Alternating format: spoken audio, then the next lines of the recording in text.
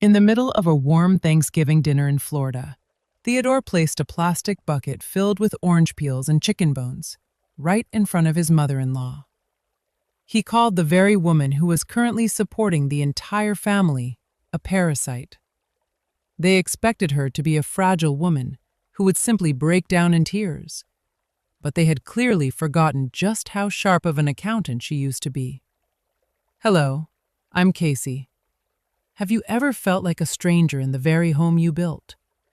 On a Thanksgiving day in Tampa, Mrs. Torres faced a quiet heartbreak that changed everything.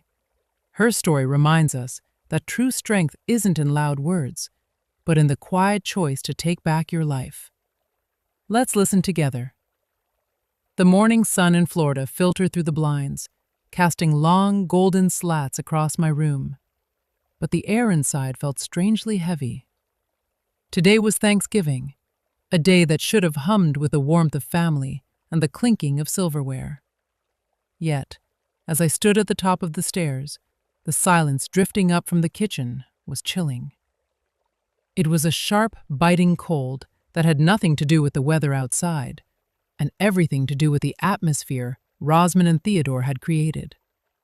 When I finally forced myself to walk down, the distance between us felt wider than the miles I had traveled to build this life.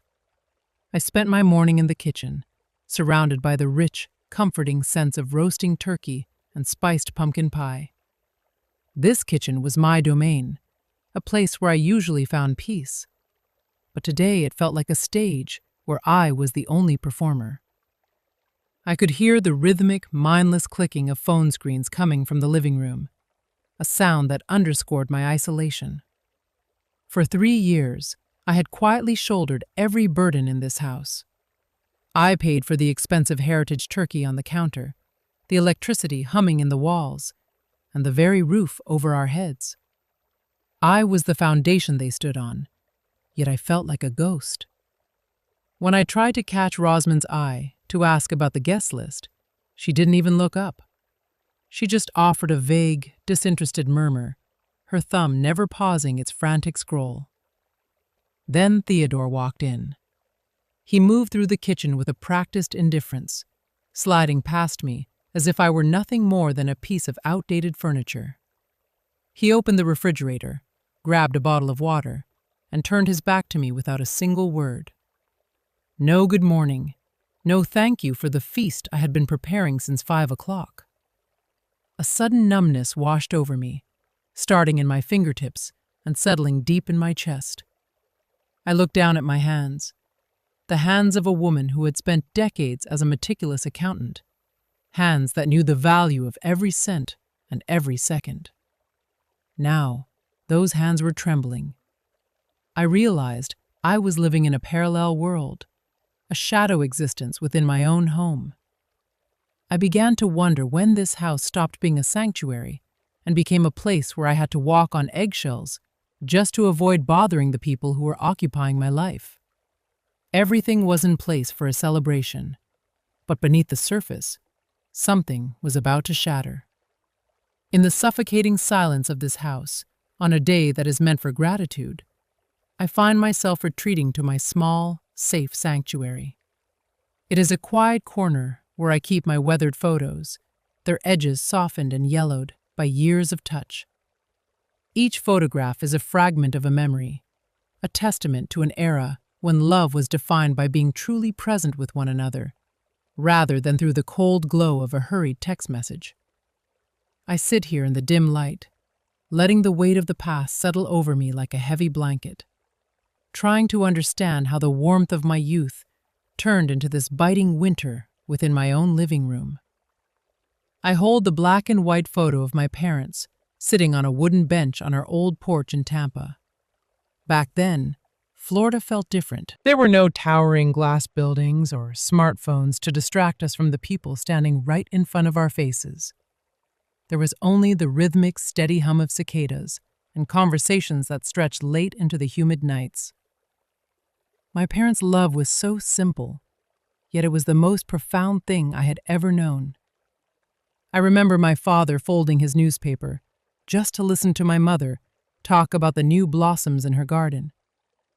Our family dinners were sacred, never once interrupted by the intrusion of a television. They were not wealthy people, but they were always there. I grew up with the unwavering belief that family meant looking into each other's eyes to find understanding, not bowing your head to a flickering, mindless screen. When Rosman was born, I was a woman defined by numbers and balance sheets. I remember those long, exhausting nights working as an accountant, my eyes strained from tax reports and ledgers.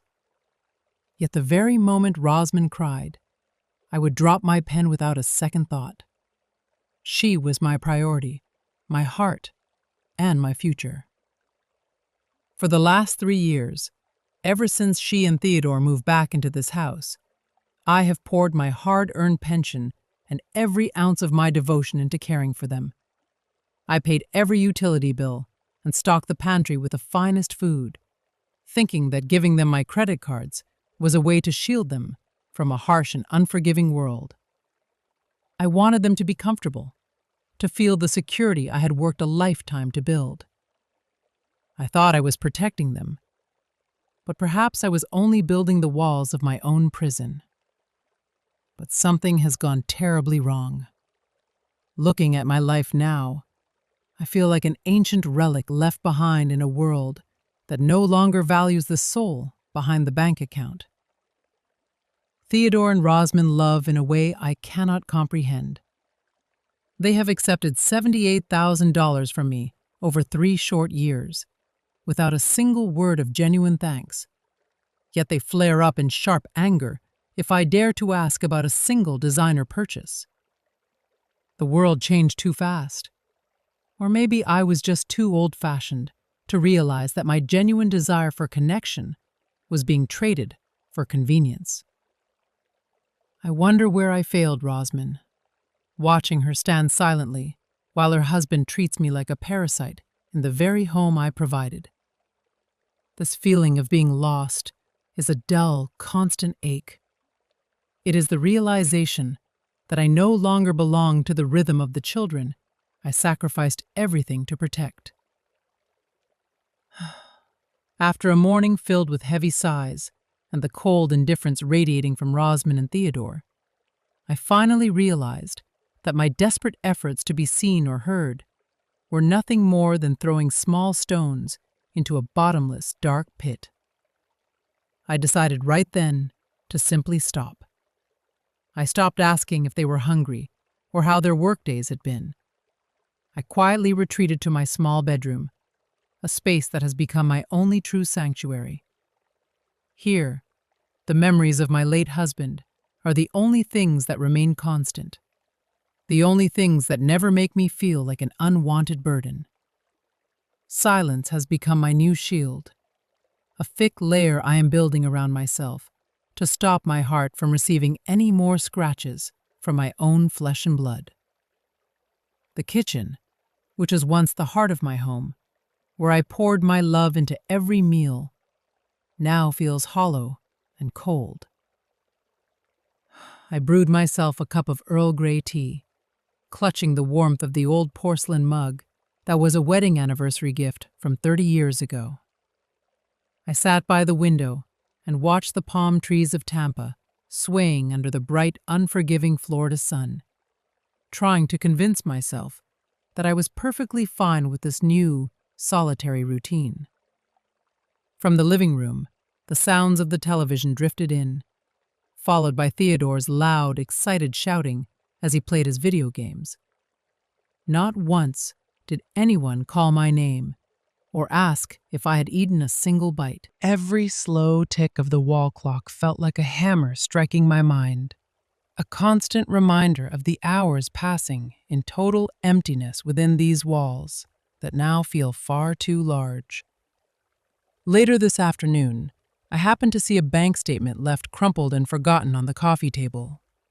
In this current climate, with inflation in the United States soaring and the price of basic needs like eggs and gas becoming shockingly expensive, I have had to be incredibly careful with every cent of my fixed pension.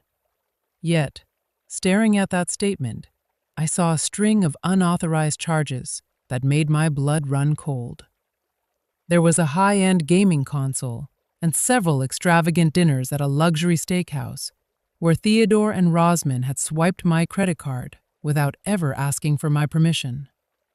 They are carelessly spending my life savings and my hard-earned money, while I am left to calculate pennies just to cover the rising electric bills. This level of ingratitude is a wound deeper than just being ignored. They have stopped seeing me as a mother and started treating me as nothing more than a convenient ATM, a parasite who exists only to fund their lifestyle. I picked up my phone, my heart aching to hear the voice of an old friend, just to release some of this crushing weight. But I hesitated and put it back down.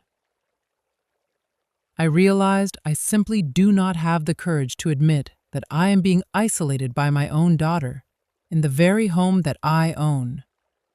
So, I continue to live in this heavy silence, pretending to be deeply buried in my books, just to hide the fact that my phone never rings with a genuine inquiry about my well-being. I can feel my health beginning to falter under the pressure, the long headaches from lack of sleep, and the constant hum of anxiety in my chest. This silence is not bringing me any peace. It is a relentless internal war where I find myself hoping they will finally notice I am here, while simultaneously fearing that if I were to vanish tomorrow, they might not even notice at all. Have you ever felt like an outsider in your own home, when silent sacrifice is considered the duty of the elderly? Mrs. Torres is suppressing her pain as she watches her children squander money amidst the inflation storm. And you, will you choose silence or action? Please leave a comment to share your thoughts with Casey and everyone else. I took a deep breath and smoothed the fabric of my floral embroidered apron before finally turning the handle to step out of my room. The heavy silence that had anchored me for days was suddenly ripped apart by the soft, artificial strains of jazz music and the forced laughter echoing from the living room. 10 guests were already there, a mix of old friends and familiar neighbors like Judy Brennan, filling the space I had meticulously prepared. My home in Tampa looked magnificent under the warm glow of the chandeliers, but inside my chest, a vague unease churned like the restless waves of the Gulf before a tropical storm. I walked into that party, not as the proud owner of the house, but with the fragile hope of a woman trying to catch the last light of what I still desperately wanted to call a family. The dining table was a perfect portrait of American tradition, laden with a golden roasted turkey, deep red cranberry sauce, and bowls of smooth buttered mashed potatoes. Theodore looked remarkably sharp in his navy sweater, a piece he had smugly purchased just last week using my credit card. He chatted incessantly, pouring expensive wine for the guests and boasting about the grand projects he supposedly had in development, while Rosman sat beside him, offering an occasional strained smile and nodding in practiced approval. I stood in the corner of the kitchen, watching them perform this theater of a happy, successful family. No one mentioned that I was the one who had paid for every single bottle of wine on that table, or that I had spent 10 exhausting hours over the stove to make this feast possible. My presence felt like that of a high-end servant, invisible yet entirely necessary to maintain the hollow glamour they craved. Once everyone was seated and the room grew quiet, Theodore stood up. He tapped his glass with a spoon, the sharp ting echoing through the room to demand attention. He scanned the table, his eyes finally landing on me with a flicker of mockery that only I could truly decipher. He began to speak about gratitude and family values, his voice booming with a false sincerity.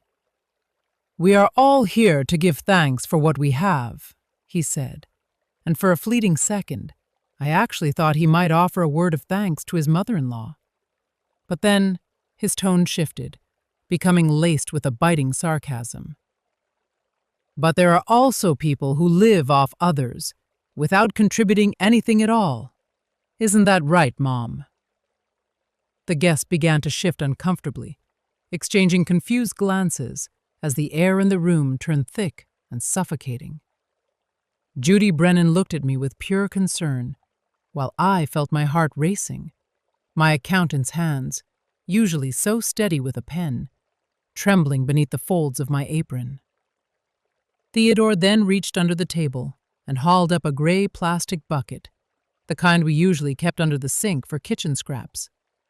With a sickening thud, he placed it directly on the fine linen tablecloth, right in front of my plate. Inside were shriveled orange peels, leftover chicken bones from the morning, and soggy coffee grounds. "This is the special dish just for you," Theodore said, his smile now a full-on assault. "Since you are nothing but a freeloader in this house, you only deserve what we throw away. Go ahead, Mom. This slop is all yours." His laughter rang out, lonely and jarring against the stunned silence of the 10 guests. I looked toward Rosamond, searching for a single spark of defense for my own daughter, but she only lowered her head, nervously picking at the edge of her napkin, without saying a word. Rosamond's betrayal in that moment was a sharper pain than anything Theodore could ever do. A wave of numbness washed over me, but then a cold, clear strength began to flow through my veins. I did not cry, and I did not scream. I stood up, keeping my back perfectly straight, the exact posture I used to assume when confronting the most tangled balance sheets in my professional career. I looked Theodore directly in the eyes, and then I looked at Rosamond. In that heartbeat, I was no longer a timid mother being bullied. I was Mrs. Torres, a seasoned accountant who knew exactly the value of every debt owed. "Thank you for this gift, Theodore," I said, my voice eerily calm and steady. "I finally understand exactly where I stand in your hearts." I turned to my guests, offering a small, dignified nod of apology for the scene, and quietly untied my apron, draping it over the back of my chair with deliberate care. I walked out of the dining room as the first whispers began to erupt behind me. Theodore seemed genuinely taken aback that I hadn't crumbled or reacted with the weakness he expected. He tried to shout after me, asking where I was going and if I was running away from the truth. I didn't look back. I went straight to my room, grabbed my prepared handbag and my car keys. I walked out of my house in Tampa, the house where I had raised Rosamond, and the house I had fully funded for 3 years, in the middle of Thanksgiving night. As I drove away under the dim, lonely glow of the streetlights, I caught my reflection in the rearview mirror. I realized that this was not an end, but the beginning of a final accounting that Theodore and Rosamond would eventually have to pay for, cent by cent. The pain was still there, heavy and real, but a cold determination had taken hold of my mind. I would not let them tread on me for a single second longer. The heavy Florida rain pelted the window of my cheap motel room on the outskirts of Tampa, sounding like a rhythmic series of lashes against my mind. I sat on the edge of the bed, feeling the coarse, industrial texture of the sheets against my skin, while the sharp, sterile smell of bleach stung my nostrils. Only a few hours ago, I was in my own warm kitchen, surrounded by the scent of a roasting turkey. But now, I was a refugee in my own city. My phone sat on the bedside table, its screen blinking with a persistent, cold blue light in the darkness, looking like a predatory eye watching me. These were not calls of concern or frantic searches for my safety. They were the opening volleys of a new assault from the world I had just fled. I finally picked up the device, my heart hammering against my ribs. Dozens of messages from Rosman and Theodore flooded the screen. They asked where I was, but the subtext was dripping with venom. They accused me of ruining their evening and making a scene in front of their friends. One message from Rosman claimed that everyone was asking why I was being so dramatic, and that my behavior was embarrassing to the family. I felt my chest tighten as I read their words. Instead of an apology for the humiliation of the trash bucket, they were busy rewriting the narrative to make themselves the victims, and me, the erratic, difficult old woman. The divide between our generations felt like a vast, unbridgeable canyon. To them, respect was just something to be traded for a joke or online content. But to me, it was the very foundation of my existence. The phone rang again, and this time it was my cousin Linda. I answered with a flicker of hope, thinking perhaps someone from my own bloodline would understand. But Linda's voice was laced with judgment. She asked what was wrong with me and told me that Rosman was in tears. She said Rosman claimed I had walked out over a tiny joke Theodore made. Linda told me that I knew how kids are these days and that they just like to make content for the internet. She asked why I had to be so harsh. I sat there in the dim light of the motel room, stunned into silence. Theodore had already managed to spin the story to the rest of the family, turning a public act of cruelty into a harmless prank. I asked Linda if she had ever had her son-in-law place a bucket of chicken bones and orange peels in front of her at a holiday dinner and call her a parasite. I told her that if she found that funny, then we truly had nothing left to say to one another. I hung up the phone, realizing the bitter truth that my children's cruelty had already recruited blind allies. Unable to take the manipulation any longer, I called Rosman back. The moment the line connected, I heard Theodore's muffled, irritated voice in the background, saying that the old woman was finally calling. Rosman immediately began to sob, telling me I was being too sensitive. She said that times were different now, and that it was just a joke to lighten the mood. She asked if I expected them to get on their knees and beg for forgiveness over a plastic bucket. The anger that had been simmering deep in my soul for 3 long years finally boiled over. For the first time in my life, I raised my voice to my daughter. I told her that kindness and decency do not have an expiration date. I told her that I had raised her with the sweat of my brow and the precision of my accounting ledgers, not so she could use me as fodder for her husband's cruel entertainment. Theodore snatched the phone away, his voice cold and dripping with contempt. He called me a lonely old woman and told me that I was delusional if I thought my money or my house bought me the right to control them.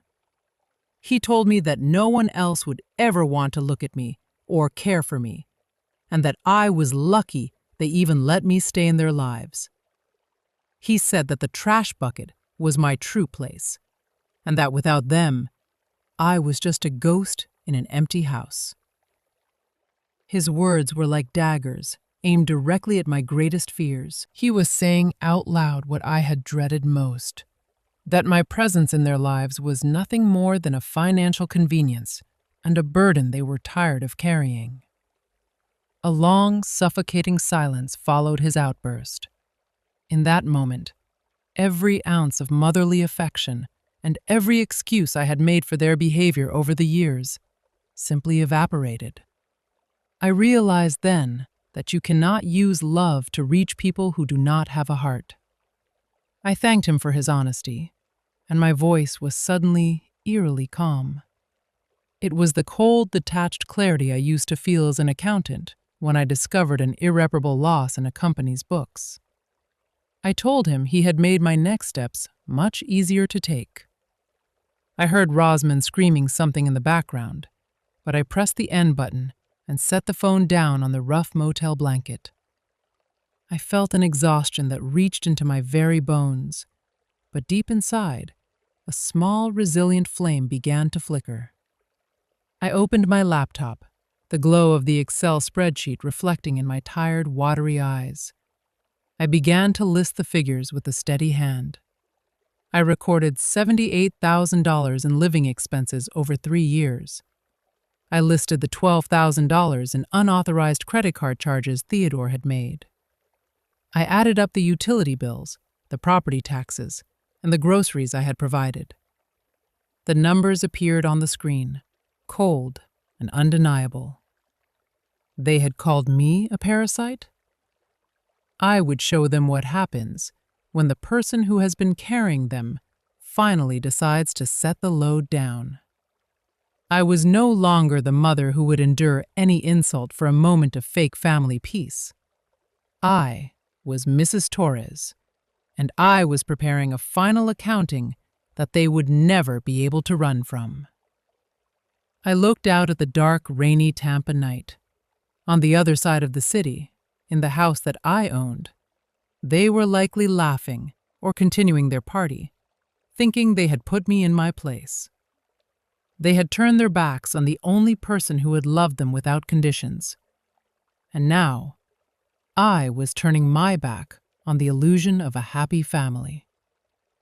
A deep chasm had opened between us, and I was no longer the one who would try to build a bridge across it. I took a sip of cold water and felt a painful, sharp sense of freedom beginning to spread through me.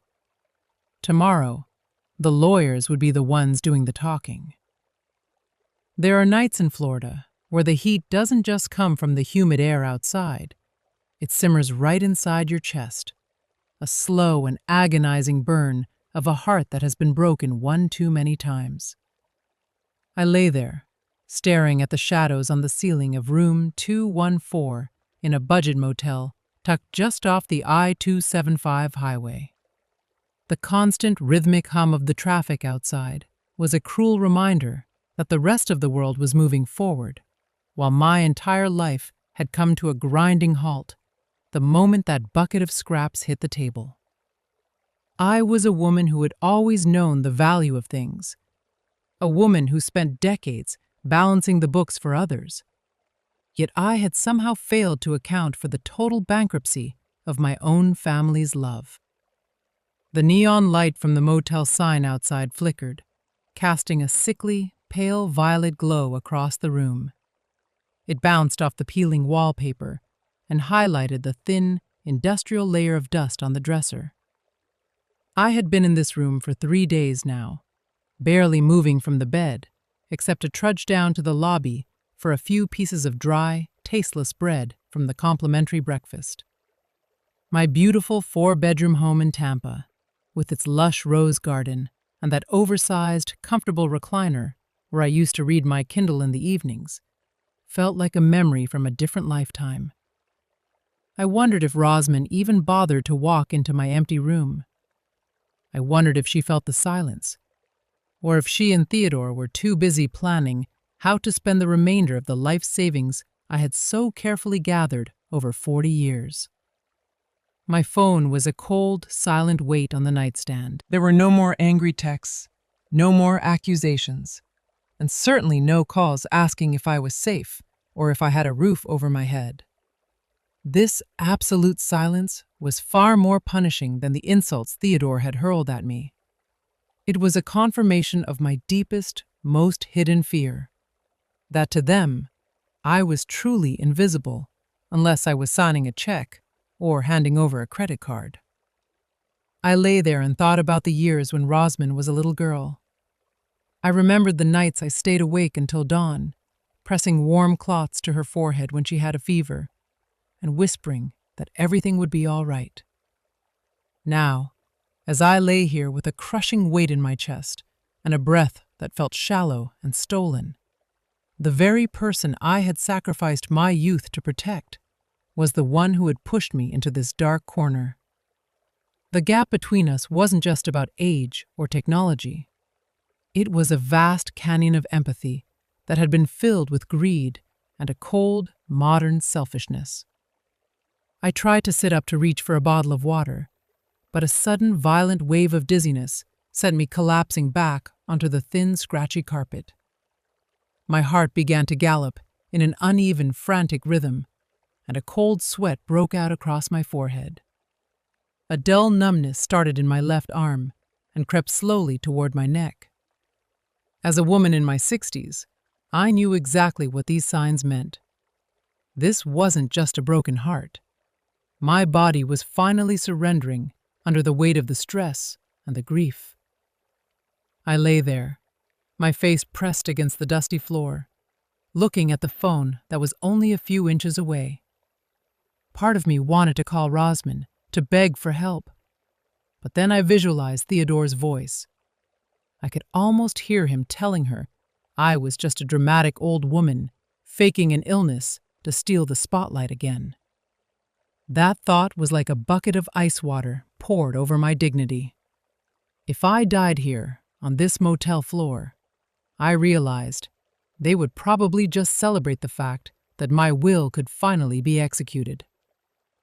In that moment of absolute despair, when I was ready to just close my eyes and let the darkness take me, the professional mind of the accountant, the part of me that had survived market crashes and economic downturns, suddenly flared back to life. I began to calculate. I couldn't die here. If I died now, that $78,000 they had drained from me over 3 years would be gone forever. A gift to people who didn't even view me as human. My home, the legacy my late husband and I had built, would be dismantled and sold off by people who didn't value a single brick of it. I looked at my hands. They were trembling, yes, but they were still mine. I slowly crawled toward the laptop on the desk and pulled myself up. I opened my banking records, and the cold, hard numbers stared back at me. Numbers don't lie, and they don't play favorites. They were the evidence I needed. A cold, detached clarity began to replace the paralyzing pain. I told myself that I had spent my entire career balancing everyone else's books, and now it was finally time to balance my own life. I managed to stand up, using every ounce of my remaining strength to brew a cup of bitter, instant coffee. The sharp, dark taste seemed to wake up my spirit. I didn't call my daughter. Instead, I scrolled through my contacts until I found the name Daniel Kova, a sharp and relentless attorney I had worked with years ago on complex retirement asset disputes. The phone rang for a long time before he picked up. When I spoke, my voice was thin, but it was more steady than it had been in years. I told him who I was, and that I needed him to help me draft an immediate eviction notice and a full petition for the recovery of misappropriated assets. When I finally hung up, I caught a glimpse of myself in the bathroom mirror. The woman looking back was pale, aged, and exhausted, but the look of surrender was gone from her eyes. I would not let them define my worth with a bucket of trash. I was going to take back everything that belonged to me, not for the sake of revenge, but to rescue my own dignity before it was too late. That night, I didn't spend my time staring at the ceiling in silence. I began to write. I documented every date and time Theodore had humiliated me, every unauthorized purchase they had made on my accounts, and every instance where Rosman had used my love as a tool for financial manipulation. Each word I wrote felt like a step out of that deep, dark pit. The loneliness was still there, heavy and cold, but it had changed. It was no longer a trap that was suffocating me. It had become a quiet, focused workspace where I could prepare for the legal reckoning that was coming. I was going to live. I was going to go back to that house in Tampa, not as a pitiable mother looking for a crumb of affection, but as the rightful owner who was finally sweeping the rubbish out of her life. After 3 long days of absolute silence in that cramped motel room, The phone on the weather desk finally began to vibrate. This time, it was not a barrage of rude texts or biting accusations. Instead, Rosman's name flashed across the screen, accompanied by an old profile picture from a vacation we took to Key West, where we were both laughing by the ocean. Seeing her face made my heart clench in a way only a mother's can. My maternal instincts screamed at me to pick up immediately, just to hear that she was safe. But the rational part of my mind, the seasoned accountant who has spent a lifetime spotting discrepancies, whispered a warning. In my experience, a sudden surge of sweetness is often the most reliable indicator of a massive deficit in the balance sheet. The moment I answered, Rosman's voice came through in ragged, desperate sobs. She did not sound like the cold woman who had stood silently while her husband humiliated me. She spoke about how she had not been able to eat, and how the house felt like a hollow shell without my presence. She claimed Theodore was devastated, and that he only acted out because of work pressure, that he was truly sorry. It was a beautifully crafted performance, but as I listened, I noticed a glaring omission. She never mentioned the bucket of scraps. Instead, her narrative drifted toward the fact that my credit cards were locked and they could not pay for groceries. Their remorse was a currency that only had value when tied to my bank account. Rosman asked how I could leave them, reminding me that we are family. That word had always been a weapon used to make me surrender. But today, I was looking at the reality on my laptop. $78,000 spent on their whims. Behind the mask of affection, I saw the truth. They did not miss me. They missed the financial lifeline I provided. To me, family meant sacrifice. To them, it meant exploitation. I told her softly that I needed time, and that after giving them 3 years of my life, I finally needed a few days for myself. In the background, I heard Theodore's voice, an irritable growl, telling her to just get me to reopen the cards. My heart felt like it had been plunged into ice. He was still there, using my daughter as a pawn. I realized this was no longer about a holiday dinner. It was about the basic respect I had earned through a lifetime of work. I told them that everything had changed, and that respect was no longer negotiable. I hung up before she could launch another round of manipulation, and for the first time, the fear of being disliked by my own child did not have a hold on me. The silence that followed was the quiet peace of a woman finally learning to value herself. Have you ever found yourself where a loved one only turns on the charm when they need something material? The realization that you are being manipulated by your own love is a unique kind of pain. Mrs. Torres chose silence to protect her dignity. But what would you do in her shoes? Please share your stories in the comments so we can support each other. The morning sun in Florida was painting the entrance of my Tampa home in shades of brilliant gold, but the air on this particular morning did not carry the false sense of peace I had lived with for so many years. I stood at the threshold of the house I had built with decades of hard work, and for the first time in a very long time, my hands did not tremble as I reached for the lock. Standing beside me was Daniel Kova, a sharp and trusted attorney who carried a thick file that held the undeniable weight of the truth. I took a deep, steadying breath, inhaling the familiar scent of the rose garden I had planted and nurtured myself, before finally turning the key. This was not the return of a mother looking for a way back into the good graces of her children. This was the return of the rightful owner, coming to conduct a final, necessary accounting of her life. When the door swung open, I saw Theodore exactly where I expected him to be, lounging with his feet up on the mahogany coffee table and a gaming controller in his hands.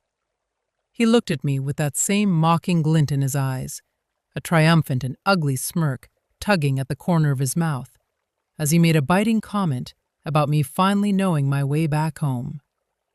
He suggested that the smell of a cheap motel room must have been too much for me to handle.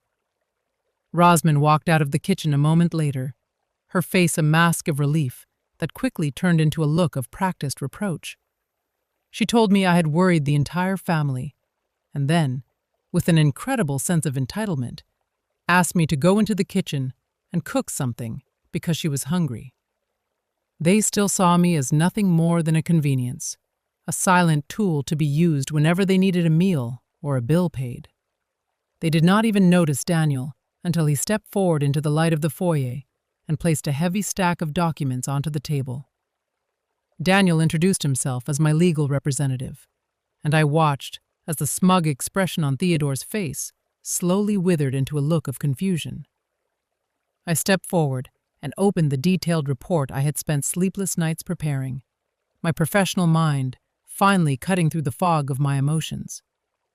I told them clearly that over the last 6 months, they had used the secondary credit cards I provided for far more than the simple groceries and medicine Theodore claimed they needed during this time of soaring inflation. I laid out the truth in cold, hard numbers that silenced the room. I pointed to the $4,200 spent on high-end gaming consoles and luxury digital subscriptions. I highlighted the $3,500 spent at designer boutiques in downtown Tampa, and the nearly $4,300 spent on extravagant steakhouse dinners they had intentionally hidden from me. Theodore jumped up from the sofa, his face flushing a deep, angry red, as he accused me of spying on his private life, and claimed those were just normal family expenses. I looked him straight in the eyes, refusing to flinch for the first time in 3 years. I told him that in my profession as an accountant, numbers were the only thing that never lied, and these numbers told the story of theft and betrayal. I explained that $12,000 of my fixed pension had been drained to fund his personal pleasures, while I was left to count pennies to cover the rising utility bills. This was not about a generation gap or a simple misunderstanding. It was a calculated exploitation of my trust to seize assets that were never his to take. Every single receipt in that file was a piece of evidence showing the profound cruelty they had shown to the woman who was keeping a roof over their heads. Rosamond looked down at the audited pages, her face turning pale and ashen as she stammered that she had no idea her husband had been spending that much of my money. Theodore turned on her instantly, snapping at her to be quiet and shouting that I was rich enough that the money should not even matter to me. In that moment, the last of the wool was pulled from my eyes, and I saw Theodore for what he truly was, a parasite who felt no remorse for the damage he caused. The hollow mask of a family unit had finally fallen away, leaving only the rot of greed underneath. I realized then that my protection over the last 3 years had not been an act of love, but a way of enabling their ingratitude to grow. Daniel pulled out a formal legal document and slid it across the table toward them, explaining that under Florida law, they were currently living in this house as guests at will. I told them that as the owner of this property, I was officially giving them 15 days to pack their belongings and leave. Theodore laughed a jagged, nervous laugh and tore the paper in half right in front of us, asking if I was really heartless enough to throw my own daughter onto the street. I stood my ground, reclaiming the power and the voice I had let slip away while trying to be the perfect mother. I told him that while Rosamond would always be my daughter, this house was my dignity and my sanctuary, and I was simply giving them the independence they had always claimed they wanted. I told them they had 15 days and not a single minute more, and my voice was the most steady and cold it had been in my entire life. I looked around the living room one last time, a space that used to echo with the sound of Rosamond's laughter when she was a little girl, but now only felt heavy with the weight of her husband's greed. I walked toward the front door, feeling a massive, suffocating weight finally lift from my shoulders. The truth had been spoken, not with a scream of hatred, but with the quiet and undeniable power of a professional accounting. As I stepped back out onto the porch, into the warm Florida air, I heard the sound of Theodore breaking something expensive in the living room. But the fear I had lived with was completely gone. I knew I had done the right thing. Being alone in a space defined by peace and self-respect was infinitely better than living with people who were slowly and quietly draining the life out of me. I drove away from my house in Tampa, a place that was once my sanctuary, but had transformed into a bitter battlefield of greed. I headed east, where the massive, ancient oak trees draped their heavy shadows over the quiet rows of the Garden of Memories cemetery. Amidst those silent headstones, I knew there was someone waiting to hear the weight I needed to release from my soul. I carefully placed a bouquet of white lilies on the stone slab engraved with Miguel's name. The Tampa air was restless today, and the rustling of the oak leaves sounded like his gentle whisper reaching out from the beyond. It has been 5 years since Miguel left me in the large house we once dreamed would be our place of peace in our golden years. I sat down on the cool green grass and let my fingers trace the faded letters of his name. "Miguel," I whispered into the wind, "can you see what is happening? The daughter you once held in your arms and the man she calls her husband, they just placed a bucket of trash in front of me. They looked at me and called me a freeloader in the home we built together." The memories began to rush back like a slow-motion film. I remembered our early days starting the business, when I would sit at a small wooden table with my manual ledgers, and Miguel would bring me a cup of coffee. He would look at me and say that my mind was the most valuable asset our family had, and that I should never let anyone make me doubt my worth. Miguel never saw my work or my sacrifices as a mere obligation. He saw them as an act of love. In the sacred stillness of this place, I realized that Theodore's insults were nothing but rubbish compared to the profound love Miguel had poured into my life for 30 years. I closed my eyes and felt the soft Florida sea breeze on my face. I tried to imagine Miguel's face if he had witnessed the cruelty of yesterday. He certainly wouldn't tell me to endure it. He would reach out, take my hand, and tell me that I do not belong in a bucket of scraps. He would tell me that I belong to the pride and dignity we spent a lifetime building. The pain of my daughter's betrayal was still heavy in my chest, but the shame that had been suffocating me finally began to evaporate. I realized I wasn't alone. Miguel was still here, living in the strength he had planted in my heart through 3 decades of partnership. A stray beam of late afternoon sun filtered through the branches and caught the glint of my wedding ring. I stood up and brushed the grass from my clothes, feeling my mind clear and sharp, like a balance sheet that had finally found its equilibrium. I decided then that I would live the rest of my life with radiance, not out of a desire for revenge, but to honor the man who saw me as his entire world. I smiled at the headstone one last time. "Miguel, wait for me," I said. "But not just yet. I still have one final accounting to complete." As I walked back to my car, my steps were no longer heavy. I was no longer a pitiable mother. I was Mrs. Torres, the woman Miguel was always proud of. After the storm of my confrontation with Rosman and Theodore, my home in Tampa seemed to sink into a terrifying, heavy silence. I sat alone in my study, surrounded by cold rows of numbers and thick legal files, feeling like my heart was a deserted island in the middle of a vast ocean. I had steeled myself to live alone and to fight this battle by myself, convinced that no one else would stand with me. I was prepared to be the aging woman who defended her own walls until the very end. But life always has a way of turning when you least expect it.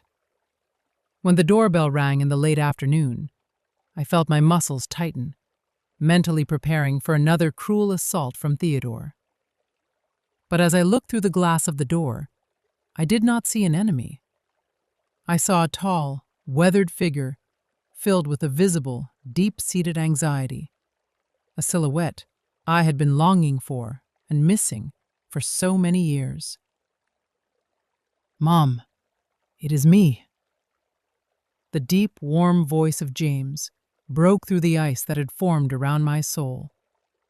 James was my eldest son, a man who worked tirelessly in New York. The very person Rosman had spent months convincing me was too busy to care about his own mother. I opened the door, and immediately a pair of strong, familiar arms wrapped around me. There was no pretense in his touch, no hidden questions about money or my credit cards. James just held me tightly, and the warmth from his heavy coat, which still carried the slight chill of a long flight, seeped into my skin and calmed my racing heart.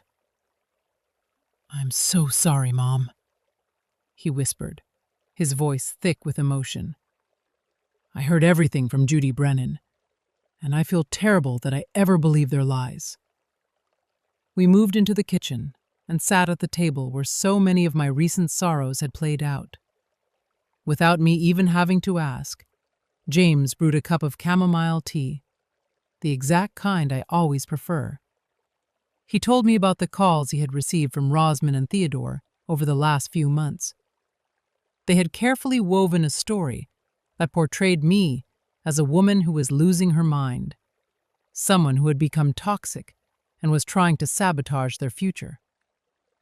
But when I heard about the trash bucket on Thanksgiving from Judy, I realized how wrong I had been to listen to them, James said, his eyes rimmed with red.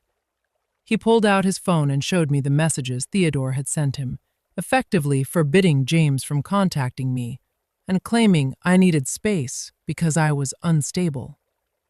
The truth was finally laid bare. They had not only been exploiting my finances, but they had also been systematically isolating me from the people who truly loved me. James did not blame me for being overly protective of Rosman or for the way I had indulged her. Instead, he reached across the table and took my wrinkled hands in his. The hands that had once changed his diapers, cooked thousands of meals, and meticulously calculated every penny to ensure he could attend university. "You have done more than enough, Mom," he told me firmly. "You have been the best mother we could have asked for. The distance between us and the others is not about how old we are. It is about the maturity of our souls.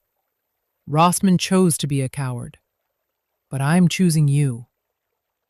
His words were like a cool, refreshing spring flowing into the parched earth of my heart. I realized in that moment that I was not as alone as I had feared. There was still a heart that appreciated my sacrifice, a son who truly understood the weight and value of the word family. James spent the entire evening carefully reviewing the legal files that Daniel and I had prepared. Unlike Theodore, who only ever wanted to know my bank balance, James focused entirely on my safety and my rights. "I am staying here, Mom," he said with a quiet determination. "I am staying until they are completely gone from this house. You do not have to face Theodore's aggression by yourself anymore." James immediately began reaching out to our neighbors and to Judy to correct the lies that had been spread about me. He became a solid, unbreakable wall, standing between me and the psychological attacks from the other relatives who had been manipulated. His presence was more than just legal or physical support. It was a profound healing for my shattered faith in people. Later that night, we sat together and looked through old photographs of Miguel, my late husband. James spoke about the lessons his father had taught him about respecting women and the sacred duty of protecting one's family.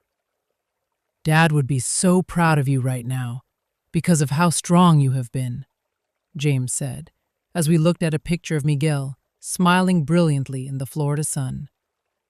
That night, for the first time in many weeks, I fell into a deep and peaceful sleep. The nightmares about the trash bucket did not come for me.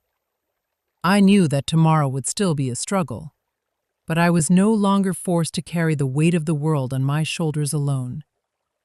I had found my son again, and more importantly, I had reclaimed my position as a mother who deserved genuine respect. As I watched James busy himself in the kitchen the following morning, I realized a very expensive lesson. Family is not defined by the number of years you live under the same roof, or even by blood alone. It is defined by who is present when you are in your greatest pain. Theodore and Rostman had used their time with me to wear me down and erode my spirit. But James had used his understanding to bring me back to life. My home in Tampa was now filled with a completely different atmosphere, not the fake, loud noise of a forced celebration, but a quiet, soulful connection. I was finally ready to take the very last step in the final accounting of my life, and this time, I had the support of the son I had always been so proud of. In times when we feel like the whole world is turning its back on us, sometimes all it takes is one loved one to stand by us, understand, and protect us, to help us find strength again. Mrs. Torres found James, the light at the end of her tunnel. And you? Who was there for you when you were most hurt? Please thank them and share that heartwarming story to spread love with Casey. I woke up just as the golden Florida sun began to crest over the windowsill, casting long, warm shadows across my room in Tampa. For the first time in years, I did not feel that frantic, heavy pull in my chest to rush downstairs and start preparing a gourmet breakfast for people who viewed my efforts as a mere entitlement. I sat quietly at my desk, looking at the final pages of my life's accounting, a document that was finally nearing completion. Having James in the next room felt like a solid anchor in a storm that had finally passed. His presence helped me truly understand that loving someone does not mean giving them a license to trample over your dignity. It was time for the professional accountant in me to execute the most important transaction of my career, the recovery of my stolen life. My hand was steady, devoid of the tremors that had plagued me for weeks, as I picked up the pen to sign my revised will under the watchful eyes of Daniel Kova. In the previous version, I had left this entire house and everything I owned to Rosman, clinging to the desperate hope that she would be the one to look after me in my old age. But the humiliation of that trash bucket had been an expensive but necessary lesson. I decided to move the house into a private trust, with James acting as the sole manager. Rosman would still have a small inheritance, but it would only be dispersed when she could prove she was self-sufficient and entirely free from Theodore's toxic manipulation. This was not an act of revenge. It was a simple, fair calculation. I refused to let Miguel's hard-earned legacy continue to feed laziness and greed for a single second longer. The 15-day notice period had finally come to an end. Theodore and Rosman had spent every day of it ignoring the reality, convinced that I would crumble and forgive them, just as I had done 1,000 times before. But this morning, Daniel arrived with law enforcement officers by his side. I stood in the living room, a space I had paid for with decades of meticulous work, and watched as Theodore began to scream about his supposed family rights. His face was a bloated, angry red as he shouted that I could not do this because they had nowhere else to go. I looked at him, and then I looked at my daughter, sobbing behind him. A brief flicker of pity tried to take root in my heart, but it was instantly smothered by the vivid memory of rotting orange peels and chicken bones being served to me as a joke on a holiday table. I told them firmly that they did have a place to go. They had their health, their hands, and now they finally had the freedom they seemed to want so badly when they called me a parasite. Rosamond tried to run toward me, her hands reaching out as she begged for another chance. I gently stepped back, withdrawing my hand from hers. I told her that I loved her, but I could no longer love her by allowing her to destroy her own character alongside a man like Theodore. I had provided her with a fishing rod for 3 years. It was time for her to go out to sea on her own. I turned to the officers and gave a single, resolute nod. One by one, their suitcases were moved out onto the driveway. The noise, the curses Theodore hurled at the walls, and Rosamond's frantic sobbing slowly faded as the door finally closed behind them. The house suddenly felt incredibly vast and quiet, but this time, the emptiness was not filled with loneliness. It was filled with peace. After they were gone, James and I walked through the house, checking every room for any final damage. We discovered that Theodore had even gone so far as to loosen the pipes under the kitchen sink, a desperate and petty final act intended to flood the house. But I had expected nothing less from a man of his character. I called the plumber immediately to erase the last of their presence. Every stain and every act of small-minded sabotage was meticulously recorded to be deducted from Rosamond's remaining trust portion. The professional discipline of an accountant had become my greatest shield. I felt a strange, light sensation in my chest. The final balance sheet had reached equilibrium. I no longer owed them my sacrifice, and they no longer had the right to owe me their disrespect. Later that afternoon, James and I sat out on the porch, enjoying a cold glass of lemonade as the Florida breeze rustled the leaves. We talked about the travels ahead, the places Miguel had always wanted to take me, but I had refused because I was too worried about taking care of the children. I realized then that I still had so much time left. Being 65 years old was not an ending. It was the start of a new chapter where I was the only author. I looked at the wrinkles on my hands and finally smiled at them. They were the marks of a life spent in service to others, but from this moment forward, they would only be used to care for myself and those who truly deserved it. James asked me what I planned to do next as we watched the Tampa sunset turn the horizon into a deep, bruised purple. I told him I was going to regrow my rose garden and finally sign up for that painting class I had walked away from 40 years ago. True liberation did not come from evicting someone from a house. It came from evicting fear from your own heart. I had officially retired from the role of the submissive, suffering mother, and I was ready to begin my new job as a free woman. The world outside was still vast and full of light, and I was finally ready to step into it with my head held high and my dignity fully restored. Life is like a massive balance sheet where every action, every word, and every silent sacrifice is eventually recorded, and sooner or later, it all has to find its way back to equilibrium. After Theodore and Rosamond finally moved out of my house in Tampa, the wall seemed to sigh with relief, returning to the quiet sanctuary I had always known. But outside those walls, the air was still thick with the remnants of their lies. Theodore was not the type to go quietly.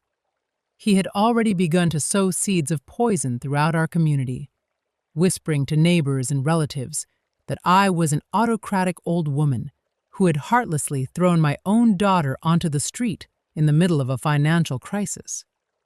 He wanted to be the victim, and for a short while, people believed him.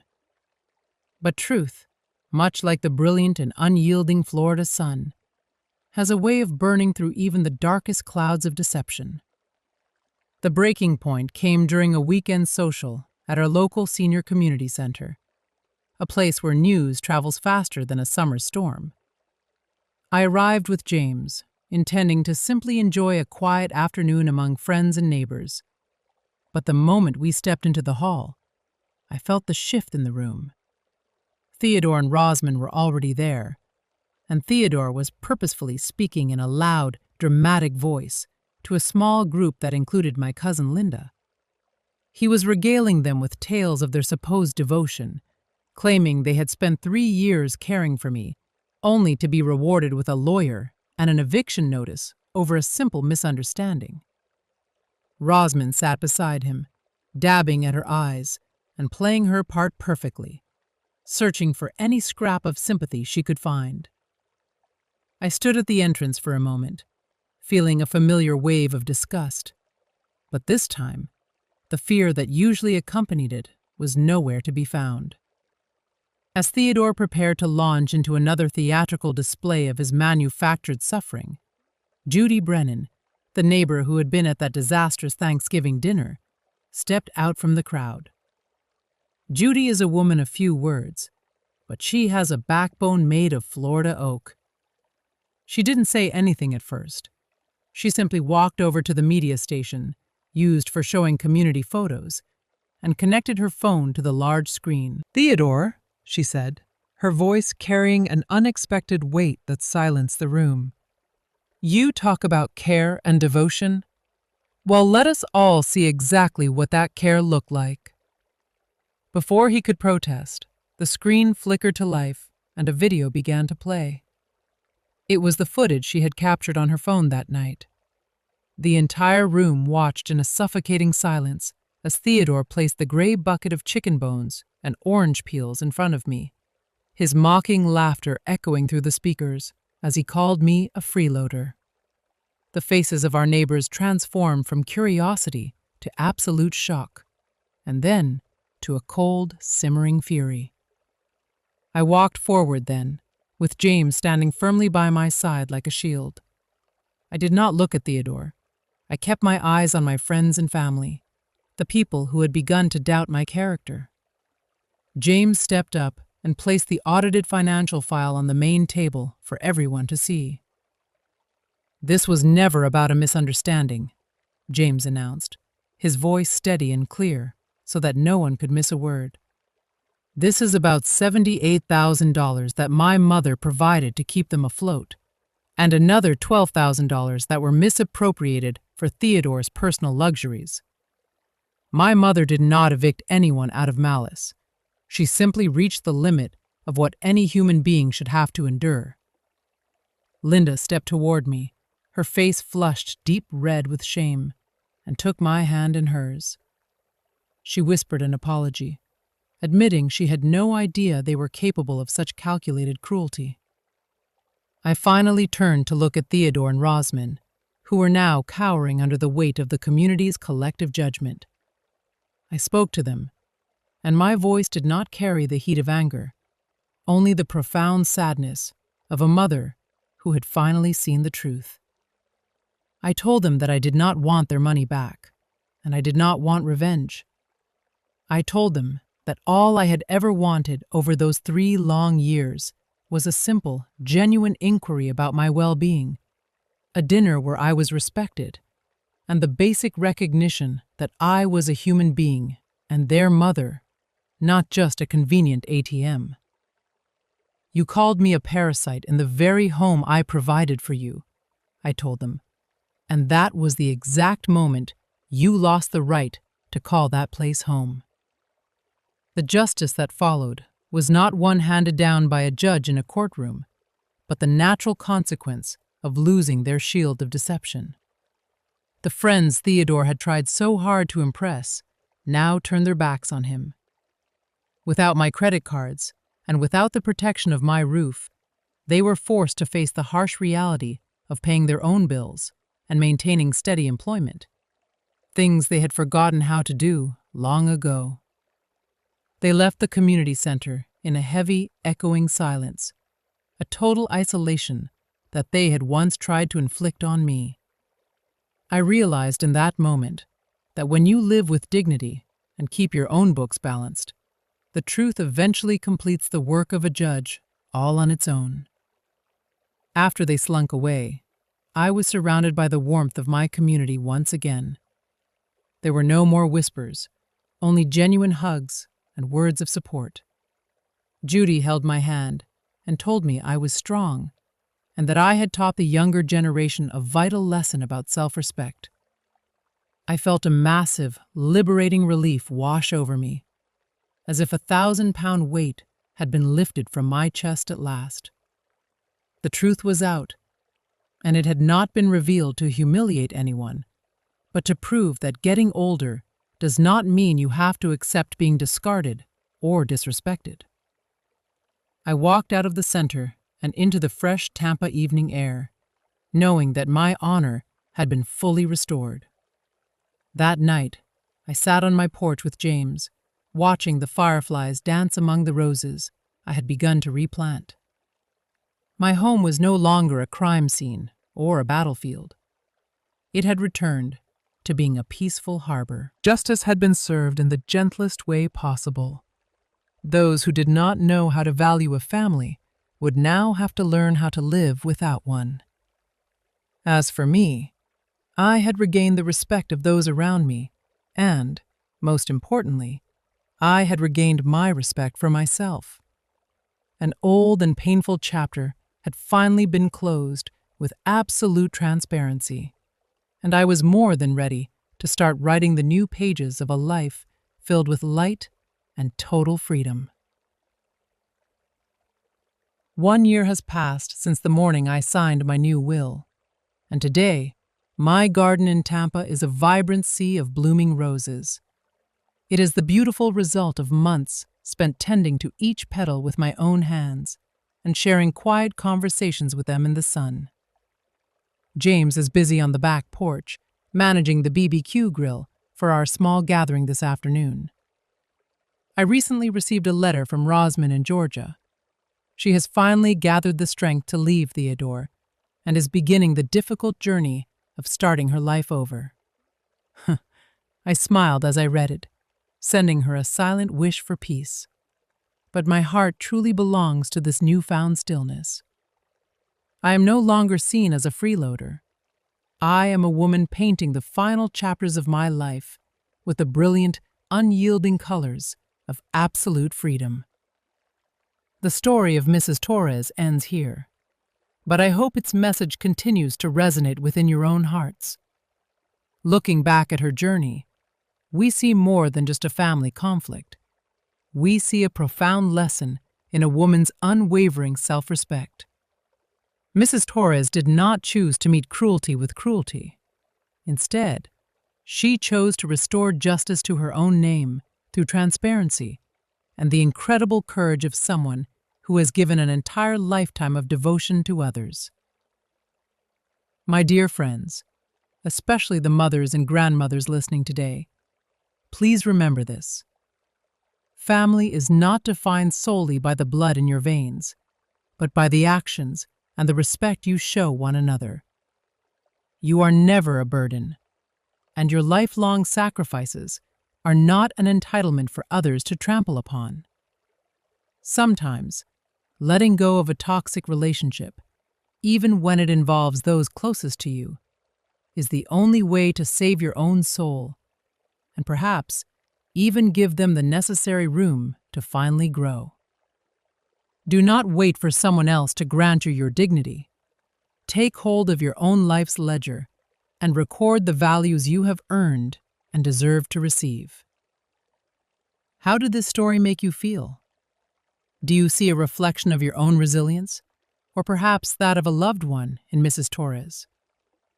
What is the single greatest lesson you have taken away for yourself after hearing this journey from start to finish? Please share your thoughts and your own stories in the comments below. I truly look forward to reading every word you have to say. I wish you nothing but peace and the strength to protect your own spirit. Until we meet again in our next story,